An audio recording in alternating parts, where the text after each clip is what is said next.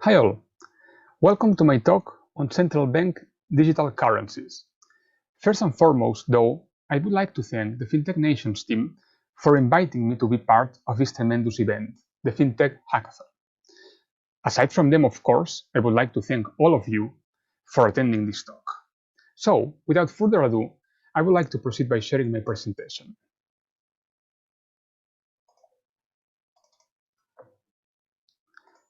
So, as I said before, the title of my talk is Central Bank Digital Currencies in Asia, Main Projects. What I'm going to try to do throughout my presentation, which as you can see has many slides, but I'm going to try to make it as short as possible, is to explain, first of all, what CBDCs are. This is a concept which I'm sure that most of you have already heard lately, but still I feel like it is important to establish, to define exactly what a CBDC is and what a CBDC is not. Aside from that, I'm going to talk about CBDCs throughout the world, focusing on Asia, because the main focus of my talk is precisely the current status of CBDCs throughout Asia, focusing, of course, first of all, in the digital yuan, China's central bank digital currency, which is by far the most advanced project in Asia and actually in the whole world. After that, I'm also going to make some mentions to the current projects in South Korea, Japan, and also to the project Aber, a joint project between the central banks of Saudi Arabia and the United Arab Emirates. So, as you can see, this is like the overline, the index of my talk. Basically, about myself, well, I'm going to dwell on myself for longer. I just want to say that I've been involved in this CBDC area for quite a while, doing research on mostly the digital yuan. I'm writing articles weekly on this topic. I'm participating in international conferences quite often as well. Aside from that, though, aside from my speaking part and my writing, I'm also member of the Digital Euro Association, which is a think tank focused on studying digital euro as well as other digital currencies. And in general, as you can see here, I'm quite involved with the blockchain and digital currency world. So, central bank digital currencies. What are CBDCs? Before that, we need to talk about what central bank money is. Central bank money is a legal tender issued by a central bank. It's a claim against a central bank. So basically, every time you use a yuan, a euro, a US dollar, you are using central bank money because that money, that currency, has been issued by its respective central bank. And it's a liability that you have against that central bank. So this concept is not more complicated than that. This is like common sense. But what's a CBDC? Well, a CBDC is like a step further. A CBDC is a central bank digital currency. So it's nothing else but a digital form, a digital version of that central bank money. In other words, the digital yuan is the digital version of the yuan. The digital euro is the digital version of the euro. It's not more complicated than that. It's actually quite simple, quite straightforward. But actually, it's more tricky than that because CBDCs, unlike traditional coins and notes, are what we call programmable money, which means that we can add and remove features to it because it's digital. So, what's a CBDC? Well, before giving you like a proper definition, I should start by saying that there are two kinds of CBDCs, wholesale CBDCs and retail CBDCs. The idea behind wholesale CBDCs is to facilitate central bank clearing operations, interbank operations, while retail CBDCs are those made available to the public at large for them to use it for domestic retail payments. CBDCs, central bank digital currencies, have some key aspects. The two key aspects of CBDC are the ones that you can see in here. All CBDCs need to be digital because all of them are the digital version of a coin, of a central bank money. At the same time, all CBDCs are going to represent per se a liability against a central bank. So those two features are common in all CBDCs. But aside from that, CBDCs may have some additional features that not all central banks are going to add. And it's important to remark this part because, as I said before, CBDCs are programmable, which means that not all central banks are going to be willing to include some of these features. It's going to depend on each central bank's, on each country's policies, interests, etc. So, some additional features are those that you can see in here when it comes, for example, to the holders, to transparency, to convertibility, etc. There are some possible motivations behind CBDCs. Same as I said before in my previous slide, there is not just one reason behind CBDCs. There are many. So, for example, the reason why China might be testing and eventually deploying its digital yuan may not be actually the same reason why, for example, the European Union may be testing and eventually deploying in the future its own CBDC, the digital euro. The motivation behind may be different. This list shows you some of the possible motivations. CBDCs will or are intended to some extent to replace physical banknotes. That's quite obvious. If you have a digital version of that currency, you don't need to print so many coins and notes, no?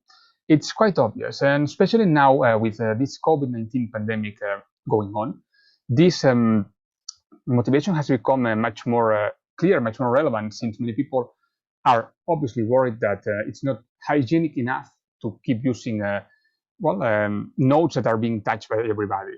But still, to me, this is not the main motivation that many countries will have behind CBDCs. There are many other motivations in here. For example, monetary policy. One of the principal motivations may be precisely to try to reduce the lower bound on interest rates. CBDCs may also be helpful when it comes to improving financial stability. CBDCs may also be helpful when it comes to promoting financial inclusion. And to me, this is a key point. Financial inclusion is very basic, especially in countries like Sub-Saharan or areas like Sub-Saharan Africa, India, Bangladesh, Pakistan, areas where the amount of what we call underbanked people is very high. When I talk about underbanked people, I'm making reference to those people who have no access to traditional bank accounts. This is so because, for example, they live in small towns where there are no physical bank branches of any bank whatsoever. So these people, in many cases, they have smartphones, they have access to the internet, but what they lack is access to a physical bank branch. So having a CBDC available to those people, to those underbanked people, it's going to allow them to become part of their respective financial systems. So this is actually a very strong motivation behind CBDCs as well. It may also be useful as CBDC for global geopolitics, for financial crime prevention reasons, etc. As you can see, the list is very long. But in any case, a CBDC, which, as I said before, is a central bank money available to the public, should in any case enable cheap, secure, and fast transactions, and should be accessible without a bank account.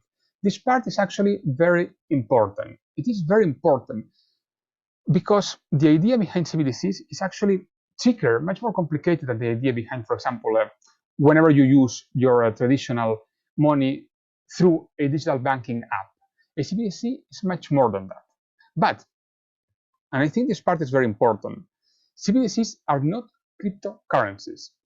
It's very important to have this part very clear. So basically, I'm sure that you've all read in the media about CBDCs and cryptos, and I'm quite sure as well that you must have read someone talking or referring to CBDCs as cryptos or as something similar to Bitcoin. That's actually not accurate. It's very important to be able to differentiate or distinguish some terms. Like, for example, blockchain. Blockchain is a technology which underpins the operation of cryptocurrencies for sure, but blockchain can be applied to many other different areas, such as healthcare, central bank digital currencies, trade finance, life sciences, etc. So that's the first distinction I need to make. But this doesn't solve my question though. Like, okay, cryptos use blockchain, but CBDCs may use blockchain as well. But are CBDCs the same as cryptos? No, they aren't. They are not so, because actually the idea behind both is the opposite. The rationale behind both is not the same. Cryptocurrencies are part of what we call DeFi, decentralized finance, whereas CBDCs are actually the opposite. They are central bank money, which means that they are issued by a central bank, and the idea behind CBDCs is actually more the idea of control rather than decentralization, which is the idea behind cryptocurrencies. So this is why I said that they are not the same. However, as you can see in my slide, in this one, CBDCs may have some similarities with cryptos, as you can see here with the digital yuan case. So in other words, even though the rationale behind CBDCs and cryptos is actually, to some extent, pretty much the opposite, technically speaking, CBDCs adapted or even copied many things from cryptos. For example, focusing just on the case of the digital yuan, you can see that both CBDCs and cryptos use both online and hardware wallets. So digital yuan is going to use this feature that normally, traditionally, comes from the world of cryptocurrencies. Same applies to the use of two key architectures to secure transactions. This idea is also an idea that the digital yuan, as well as many other CBDCs, I'm sure, will get from cryptos. So that's why I said that, yes, it's true that CBDCs are not the same as cryptos, but technically speaking, CBDCs have many similarities with cryptos, even though, of course, we need to bear in mind that the idea behind this is actually the opposite, because cryptos are made to be decentralized, non-controlled, whereas CBDCs are made to be controlled. Then, moving to the next slide, we may wonder as well whether CBDCs are going to use blockchain or not. Because, as I said before, all cryptos, or normally cryptos, use blockchain technology. But we may be wondering, are CBDCs going to use blockchain as well? Well, the answer is yes and no. It depends. CBDCs per se, as I said before, are quite flexible, which means that each central bank is going to design its own CBDC, depending on its own interests, objectives, policies, etc. First of all, that. And secondly, even if a central bank decides to use blockchain technology for underpinning the operations of its own CBDC, it doesn't mean that necessarily blockchain will be applied to the whole process. For example, focusing on the case of the digital yuan, as you can see here in the latest part, China's digital yuan is going to be operating through a two-tier structure in which the People's Bank of China is going to issue the digital yuan to the commercial banks without using blockchain. But those four commercial banks, and later on FinTech firms that will be added to this pool of issuing authorities, are going to offer this digital yuan to the general public by using blockchain. So that's why I said the answer is neither yes nor no. It depends. China started to operate this BSN, blockchain-based service network, last January 16. This network wasn't specifically made theoretically to underpin the operations of the digital yuan. It's made to support future CBDCs, not only the digital yuan. But to me, it's quite clear that the idea behind the companies, which you can see here, developing this BSN was to start by underpinning the operations of the digital yuan, to later on move to other CBDCs. You can see in this slide an example of how or what the digital yuan is going to look like were incorporated into the wallet app developed by the Agricultural Bank of China. For those of you who are familiar with cryptos, well, you're going to see that this design is not actually very different from that design that you can see in most wallet apps, in those wallet apps where people keep their cryptos after, well, buying them and before selling them in case you want to sell them, etc. And this is so because, as I said before, even though CBDCs are not the same as cryptos, technically speaking, CBDCs get many things from the world of cryptocurrencies. So, what is the current status of CBDCs throughout the world? Well, according to a report published by the International Bank of Settlements last January, 80% of central banks are already working in CBDCs. When I say working on CBDCs, I don't mean actually testing CBDCs or being about to deploy CBDCs. What I mean is that they are doing some kind of research, at least, on that. It doesn't mean that they are all going to deploy their own CBDC, etc. This was last year, and this idea is actually going to increase because of the COVID-19 pandemic. You can see in here some examples of current CBDC projects in these two slides. As you can see, there are many projects going on, and we're going to focus on all of them. If you read this Bank of International Settlements report or any of the subsequent news regarding this topic of CBDCs, you are going to realize that by far the continent, the area of the world where CBDCs are attracting more interest is precisely Asia.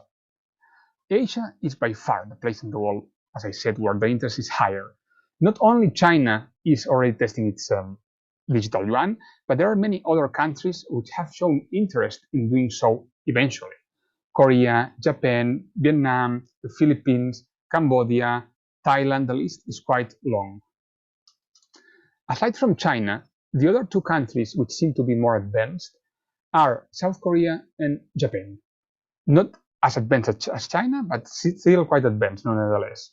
Basically, South Korea and Japan are going to test their own CBDCs throughout this year 2021.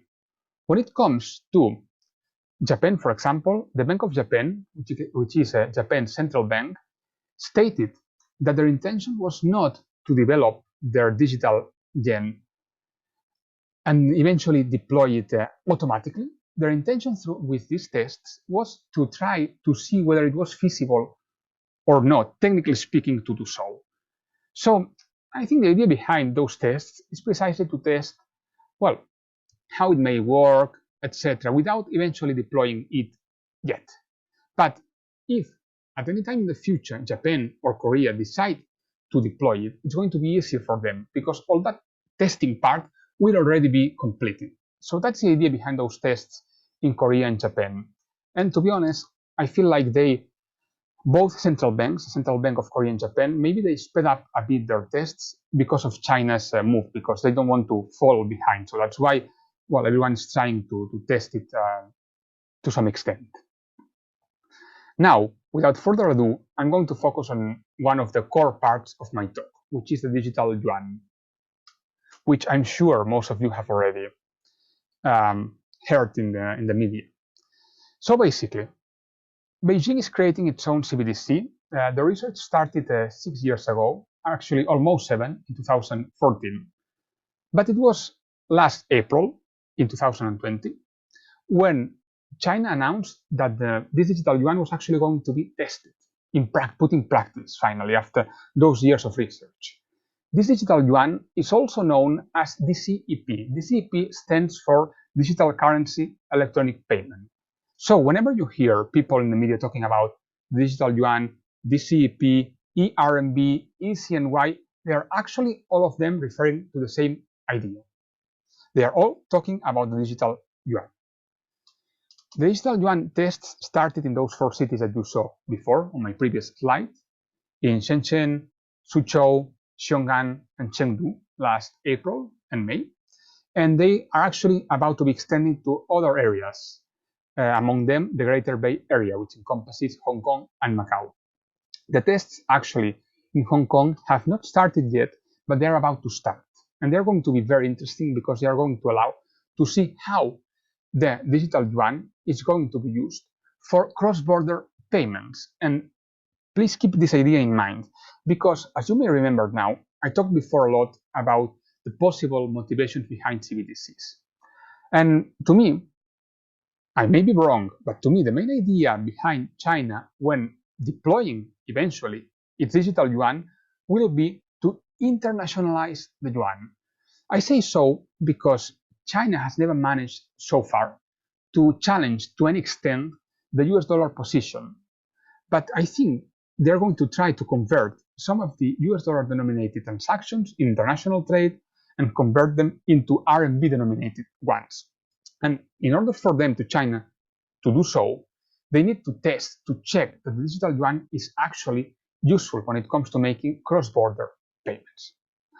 And I think so. I think this idea that I'm talking about, cross-border payments, is, well, it's the main idea behind this digital yuan because of China's movements lately. For example, in early February, China signed actually the People's Bank of China signed a joint venture with the company SWIFT, the payments company SWIFT, which I'm sure all of you already know, through which the international yuan is going to actually be internationalized. So I think the idea is there. I mean, there may be, of course, many other motivations behind, but to me, that's the main one. As I said before, the digital yuan is structured on a two-tier monetary system in which the People's Bank of China issues that digital currency to the commercial banks, and then the commercial banks, the four ones, are going to issue the digital yuan, the digital currency, to the general public, to the citizens. The China's CCP will have many advantages. I just listed a few in here, but I'm sure there are many more. To me, I mean, well, the first one is that this is going to allow China to create a very important soft power tool, as I said before, because China will increase its influence in many areas, most notably the Belt and Road Initiative area, also the RCEP free trade area, etc. It's also going to help China to control its financial system much more efficiently, therefore, for example, reducing its shadow banking system. It's also going to help China to reduce some costs, for example, money printing costs, which is quite obvious. I mean, if you print less notes, you are going to spend less money in doing so. I mean, it's pretty obvious. And aside from that, it's going to reduce some kind of costs for both commercial banks and the general public. It's going to reduce interbank costs and also the fees that the general public is going to pay, since it's going to be virtual rather than physical. On this slide, you can see as well some more images of what the digital yuan wallet app is going to look like when integrated into other apps. As I said before, it's not that different from the existing payments apps or even from the existing crypto wallet apps. So, where are we now? Well, China is testing this digital yuan quite massively. It's actually going in crescendo, these tests. Those massive giveaways that you can see listed here in this graph started last October in Shenzhen, where a lottery was made in which 40,000 people were given 10 million RMB to spend in more than 3,000 shops in Luohu district. And those tests are actually being rolled out and extended until today, where, as you can see, the amount of people involved in those tests, as well as the amount of money involved in those, is actually increasing, because China is like going through this process in a phased and organized manner. They are moving from phase to phase. Since all the previous phases seem to be working, this is why they are moving to the next phase, and so on and so forth. The tests in Hong Kong and Macau, as I said before, are going to be useful when it comes to testing the digital yuan for cross-border payments. And we need to keep this idea in mind. I know I'm repeating this idea a lot, but it's very important because, to me, China's main interest behind the digital yuan is to deploy it internationally for cross-border payments. And Macau, and especially Hong Kong, are the perfect platform for doing so. This slide here is also very interesting because it allows you to see what are the differences with existing payment apps. Basically, the CEP offers a much higher transaction speed when compared, for example, to Libra, which now is called Diem, which is Facebook's led digital currency project, or also when compared with Bitcoin. So I think the main two takeaways that you need to get from this slide is, on the one hand, the fact that this CEP is going to be much faster, and also the fact that this CEP is going to support offline payments, which is something very important, very relevant as well. So this concludes my part on the digital yuan, and I'm going to start now talking about one more project, which is called Project Aber, and this involved the central banks of Saudi Arabia and the United Arab Emirates. As I said before, this project involved those two central banks, but also 3 commercial banks of each country were included. So in total, it involved the Saudi Central Bank, the United Arab Emirates Central Bank, as well as 3 commercial banks from Saudi Arabia and 3 from the United Arab Emirates. Project Aber stands, well, actually, Aber in Arabic means crossing boundaries or crossing borders. And this was precisely the idea. This project intended to analyze whether a wholesale CBDC for interbank payments between the central banks and a few commercial banks from Saudi Arabia and a few commercial banks and the central bank from the UAE was technically possible.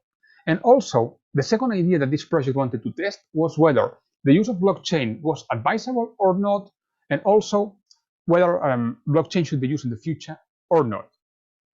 This initiative was started in January 2019, and the final report was published on November 30, 2020. So it took almost 2 years to reach those conclusions that I'm going to explain later.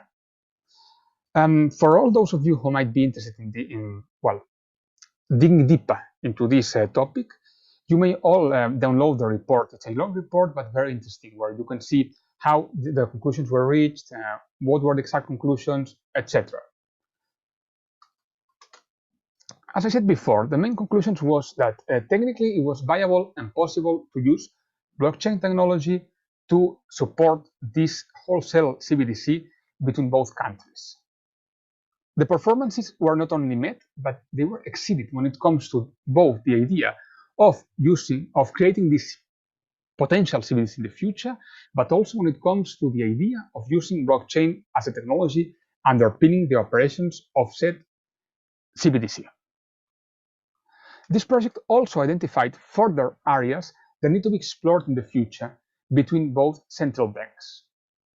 So, both central banks are quite likely going to move forward by also testing these possible areas identified.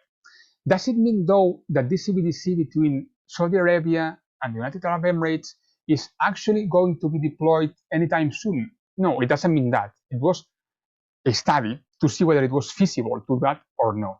It doesn't mean that they are going to do that necessarily anytime soon.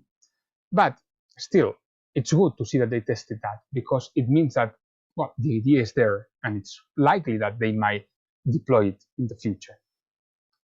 This concludes the main part of my talk. I'm just going to conclude by giving you some ideas of the many ideas I tried to give you before.